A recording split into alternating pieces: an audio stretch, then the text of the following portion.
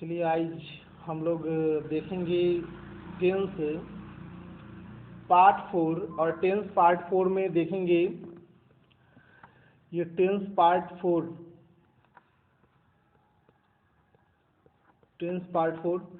इस tense part 4 में हम लोग देखेंगे आज प्रेजेंट परफेक्ट कंटिन्यूअस टेंस को कि प्रेजेंट परफेक्ट कंटिन्यूअस टेंस क्या है टेंस पार्ट 4 में। इससे पहले मैंने 3 वीडियो में बताया था present indefinite, present continuous and present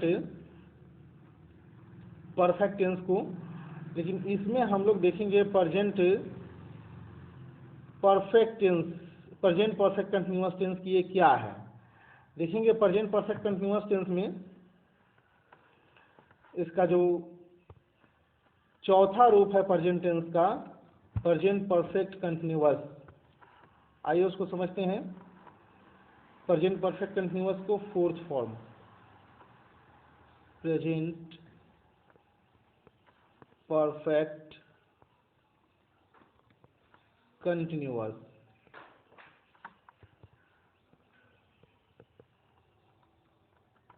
present perfect continuous tense. तो प्रेजेंट परफेक्ट कंटिन्यूअस टेंस जो होगा, इसमें जो वाक्य होंगे या इसमें जो हिंदी जो भी वाक्य होगा वो लॉन्ग पीरियड से चलता हुआ आ रहा, यानी लॉन्ग पीरियड यानी एक पीरियड अवधि को बताने वाला वाक्य होगा। जैसे कुछ हिंदी वाक्य को लेकर हम समझेंगे, उससे पहले पहचानने का कुछ इसका नियम है जिसको हम लोग जानेंगे अभी। अब जैसे लिखा रहेगा कि जिस हिंदी वाक्य के क्रिया के अंत में, वाक्य की क्रिया के अंत में, जिस हिंदी वाक्य क्रिया के अंत में लिखा रहे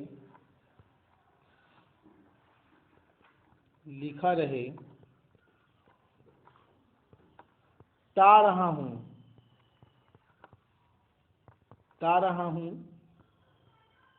ती रही हूं,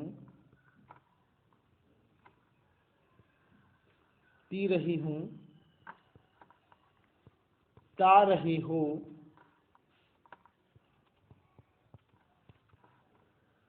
या लिखा रहे ते रहे हो, ये सभी वाक्य जो होगा जिसके अंत में लिखा रहेगा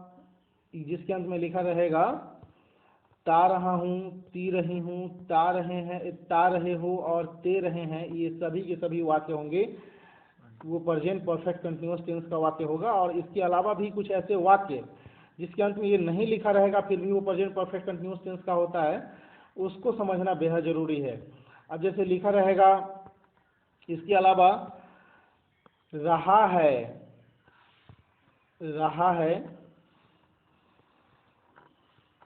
रही है, रहे हो, रहे हैं, रहा है, रही है, रहे हो, रहे हैं, ये हैं आ जाएगा, इस पर बिंदु आ जाएगा, रहे हैं। तो ऐसे वाक्य जिसके अंत में रहा है, रही है, रहे हो, रहे हैं के साथ यदि समय का जिक्र किया जाए, समय के साथ समय का जिक्र यानी समय का मेंशन जब कर दिया जाए, तो ऐसे सेंटेंस को भी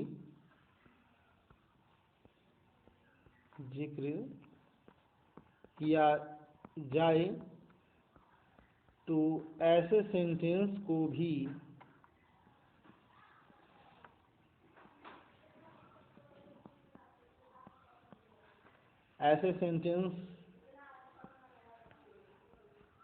भी प्रेजेंट परफेक्ट कंटिन्यूअस टेंस कहते हैं।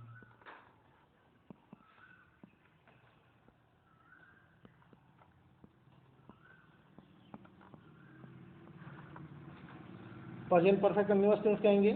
अब जैसे इसमें वाक्य कैसे कैसे वाक्य आएंगे, तो जैसे लिखा रहेगा, वाक्य लिखा रहेगा वह पढ़ता रहा है, वह पढ़ता रहा है ना, वह पढ़ता रहा है। तो देखेंगे इसके वाक्य के अंत में क्या रहा है, ता रहा है। उसी प्रकार लिखा रहेगा तुम खेलते रहे हो, तुम खेलते रहे हो। इसके अंत में क्या रहा है, ते रहे हो, तो ये भी वाक्य जो है प्रेजेंट परफेक्ट कंटीन्यूअस टेंस का होगा। साथ ही ऐसा आएगा जिसमें रहा रही लिखा रहेगा, समय रहेगा। जैसे लिखा रहेगा तुम सुबह से खेल रहे हो, सुबह से खेल रहे हो, तुम सुबह से खेल रहे हो। इसमें आप देखेंगे कि अंत में लिखा हुआ है रहे हो, क्या है, रहे हो। लेकिन रहे हो के साथ साथ इस सेंटेंस में आप देखेंगे कि इस सेंटेंस में रहे हो के साथ साथ जोड़ा गया है वाक्य को सुबह। अब ये सुबह क्या है, तो सुबह एक समय को बता रहा है, ये जिक्र कर रहा है समय के बारे में। तो ये वाक्य भी जो है यह प्रेजेंट परफेक्ट कंटीन्यूअस टेंस का ही है। साथ ही लिखा रहेगा, सिर्फ अगर ऐसा लिखा हो कि तुम खेल रहे हो तो ये प्रेजेंट परफेक्ट कंटीन्यूअस का नहीं होगा। जैसे उसको भी आइए हम इसमें एग्जांपल्स में देखकर समझते हैं। जैसे लिखा रहेगा तुम खेल रहे हो, तुम खेल रहे हो, तो ये प्रेजेंट परफेक्ट कंटीन्यूअस का नहीं है, क्योंकि इसमें कहीं भी समय का जिक्र नहीं किया गया। तो ये जो वाक्य है जो मैंने लिखा, ये वाक्य हो जाएगा आपका, ये हो गया प्रेजेंट कंटीन्यूअस टेंस। ये वाक्य प्रेजेंट कंटीन्यूअस टेंस का है, present continuous only, present continuous, जो मैंने सेकेंड वीडियो में बताया था प्रेजेंट कंटीन्यूअस के बारे में। तो ये प्रेजेंट कंटीन्यूअस का है, क्योंकि इसमें कहीं भी आप देखेंगे इस सेंटेंस में कहीं भी समय का जिक्र नहीं किया गया था। ऐसे सेंटेंस प्रेजेंट कंटीन्यूअस कहलाएगा। तो इसमें आपको एम इज आर का यूज करना है, एम इज आर, सब्जेक्ट के बाद एम इज आर। लेकिन जब प्रेजेंट परफेक्ट कंटीन्यूअस का नहीं, सॉरी, प्रेजेंट कंटीन्यूअस का सेंटेंस नहीं रहेगा, तो उसके एग्जाम्पल्स को उसके स्ट्रक्चर्स को आइए हम समझते हैं। जैसे उसमें स्ट्रक्चर्स क्या होगा, तो स्ट्रक्चर्स होगा प्रेजेंट परफेक्ट कंटीन्यूअस का सब्जेक्ट प्लस हैज बीन या हैव बीन, हैज बीन या हैव बीन। इसके साथ वर्ब फोर का यूज करेंगे,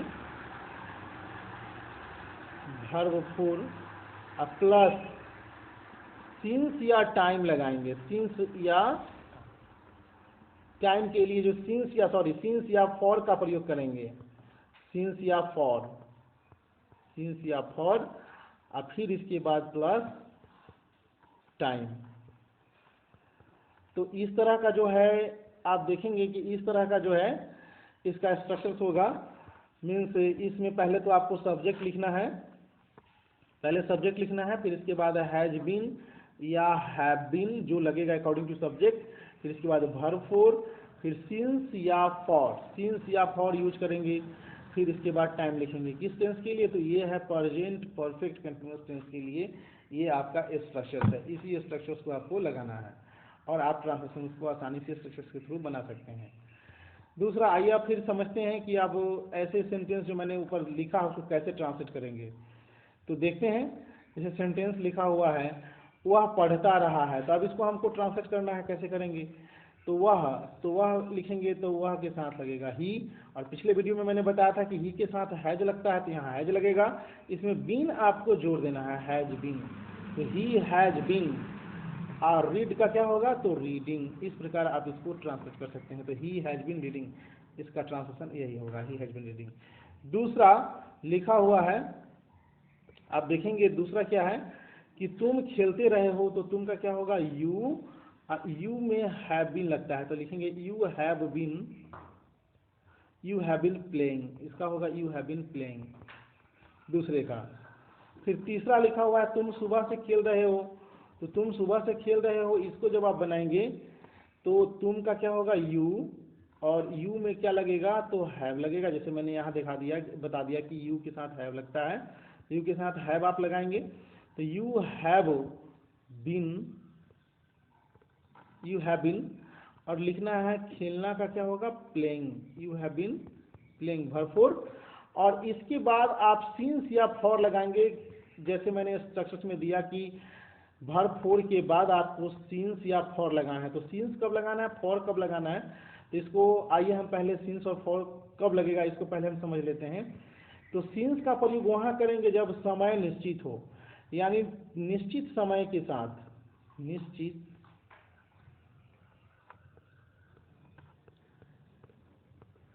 समय रहने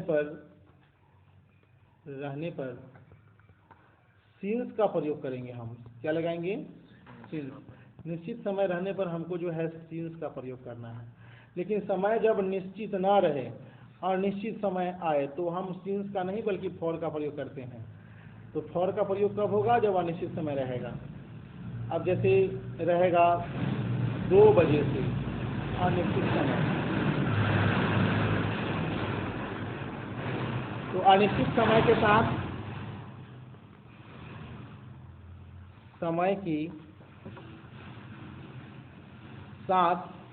हमको फॉर का यूज करना है, ठीक है, और निश्चित समय के साथ हमको सिंस का प्रयोग करना है। तो कब सिंस लगेगा, कब फॉर लगेगा, अब आप समझ गए। तो देखिए निश्चित समय में जैसे कैसा कैसा समय आएगा, तो जैसे लिखा रहेगा सुबह से, लिखा रहेगा सुबह से, शाम से, दोपहर से, जैसे लिखा रहेगा सुबह,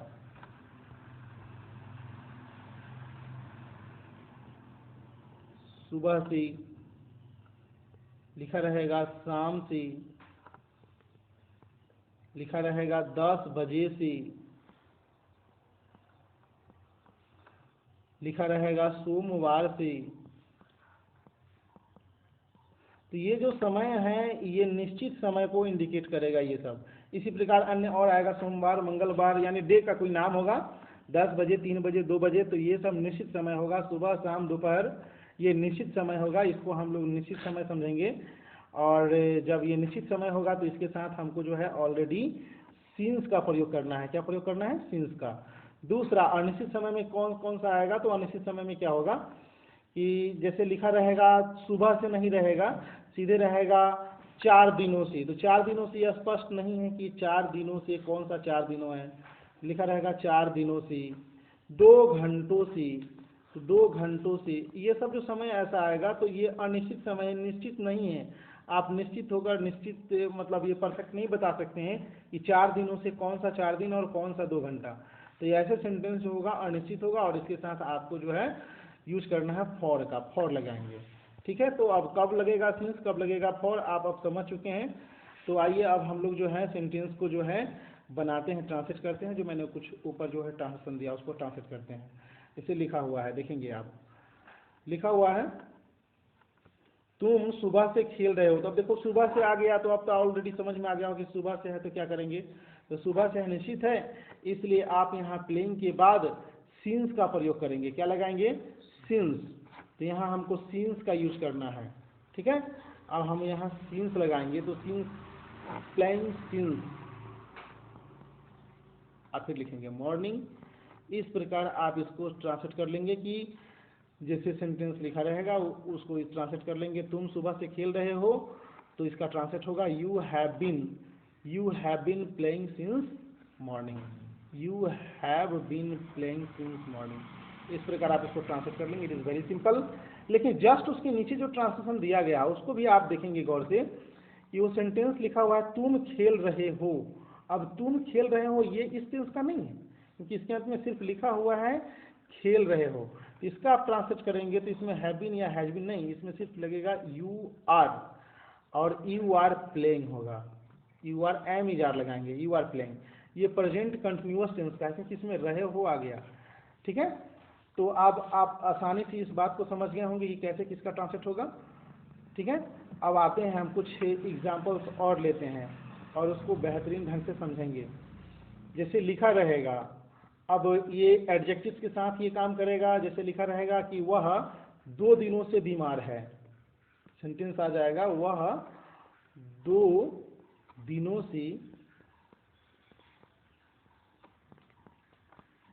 से बीमार है।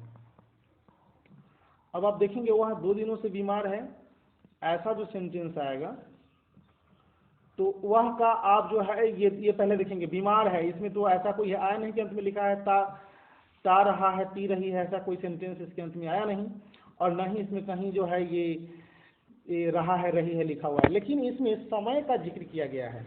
क्या जिक्र किया गया है? समय का जिक्र किया गया है। अब समय यहाँ क्या लिखा हुआ है? तो 2 दिनों से। आप देखेंगे इसमें क्या समय दिया गया है? 2 दिनों से समय यहाँ लिखा हुआ है, 2 दिनों से। तो इस तरह का जो सेंटेंस होगा, इस सेंटेंस को भी आप समझेंगे प्रेजेंट परफेक्ट कंटिन्यूअस टेंस। क्या समझेंगे? प्रेजेंट परफेक्ट कंटिन्यूअस टेंस इसको समझेंगे और इसको आप ट्रांसलेट करेंगे। ठीक है। अब देखेंगे इसका ट्रांसलेशन कैसे आप कर सकते हैं। जैसे सेंटेंस लिखा हुआ है वह, तो आपको लिखना है ही, और ही के साथ क्या लगाना है? Has been. अब यहाँ इन है कि बीमार है, तो यहाँ इलिंग नहीं लिखना है, क्योंकि इल जो है कोई वर्ब है नहीं, ये एडजेक्टिव है। तो ही हैज बीन क्या होगा? Ill. He has been ill. और 2 दिनों से, ये निश्चित समय है, ये अनिश्चित समय है। तो आप देखेंगे ये निश्चित समय नहीं है, 2 दिनों से है। निश्चित समय होता यानी वो 2 घंटों से बीमार है, तो वो भी निश्चित समय नहीं होता। जैसे रहता सोमवार से बीमार है या मंगलवार से बीमार है या 2005 से बीमार है, तो निश्चित समय होता, लेकिन ये निश्चित समय नहीं है। तो आप इसमें जो है फॉर का यूज करेंगे। क्या लगाएंगे? फॉर। और 2 दिनों से है तो आप लिखेंगे 2 डेज। इस प्रकार आप इसको ट्रांसलेट कर लेंगे कि he has been ill for 2 days. It is very simple. उसी प्रकार रहेगा कि वह 5 दिनों से अनुपस्थित है। अब वह 5 दिनों से अनुपस्थित है, इसको आप ट्रांसलेट करेंगे तो देखेंगे वह 5 दिनों से अनुपस्थित है, यानी 5 दिनों से वह उपस्थित नहीं है।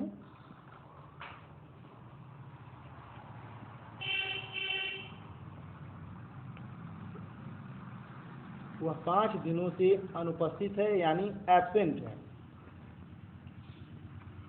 अनुपस्थित है। तो अब आप इसको ट्रांसलेट कैसे करेंगे? तो आप देखेंगे इसको भी, आइए समझते हैं कि वह 5 दिनों से अनुपस्थित है। तो आप यहाँ देखेंगे कि सेंटेंस में कहीं भी रहा रही अंत में नहीं लिखा हुआ है। कहीं भी आप देखेंगे कि सेंटेंस के अंत में रहा हूँ रही हूँ नहीं लिखा हुआ है, पर यहाँ समय का जिक्र किया गया है 5 दिनों से। क्या जिक्र किया गया है? 5 दिनों से ये समय दिया गया है। तो आप इसको देखते हुए इसका ट्रांसलेट जो है करेंगे। अब इसका ट्रांसलेशन होगा वह है, तो आप लिखेंगे ही, और लिखेंगे ही हैज़ बीन, और अनुपस्थित है यानी absent. He has been absent. और कै दिनों से? 5 दिनों से। क्या ये निश्चित समय है? तो ये भी निश्चित समय नहीं है, अनिश्चित समय है। तो आप यहाँ भी जो है इसके लिए लगाएंगे फॉर, और लिखेंगे 5 डेज। तो he has been absent for 5 days. लेकिन ये रहता कि वह 5 दिनों से नहीं, बल्कि ऐसा रहता वह 5 बजे से, तो आप लिखते हैं सिंस 5 o'clock। ठीक है। अगर यहाँ 5 बजे लिखा रहता तो आप क्या लिखते हैं? Since 5 o'clock। क्लियर हुआ? अब आप आसानी से जो है इसको समझ गए होंगे कि कैसे इसको ट्रांसलेट करेंगे। ठीक है। अब चलिए आगे देखते हैं कुछ और सेंटेंस को, और बेहतरीन ढंग से इसको समझ लेंगे। अब जैसे इसमें सेंटेंस में कुछ ऐसा भी सेंटेंस आएगा जिसे लिखा रहेगा तुम बचपन से तेज हो। तुम बचपन से तेज हो। बचपन से तेज हो। यदि हमको इसका ट्रांसलेशन बना है तुम बचपन से तेज हो, तो आप देख रहे हैं कि ये भी जो है इसके अंत में रहा रही ता ते ती वगैरह कुछ नहीं है। ता रहा हूँ, ती रही हूँ, और रहा है रही है, ऐसा कुछ आया ही नहीं। लेकिन ये चीज़ यहाँ दिया हुआ है कि बचपन से। तो बचपन से क्या है? तो ये बचपन से ही यहाँ समय का मेंशन कर दिया गया, यही यहाँ समय टाइम का जिक्र कर दिया गया। तो आप इसको भी जब ट्रांसलेट करेंगे तो इसका भी जो ट्रांसलेशन है, ये भी ट्रांसलेशन जो है आपको प्रेजेंट, इसका भी ट्रांसलेशन जो है प्रेजेंट परफेक्ट कंटिन्यूअस टेंस में होगा। अब जैसे आप देखेंगे इसका ट्रांसलेशन क्या होगा। अब जैसे तुम बचपन से तेज हो, तो आप देखेंगे, लिखेंगे इसको ट्रांसलेट करके,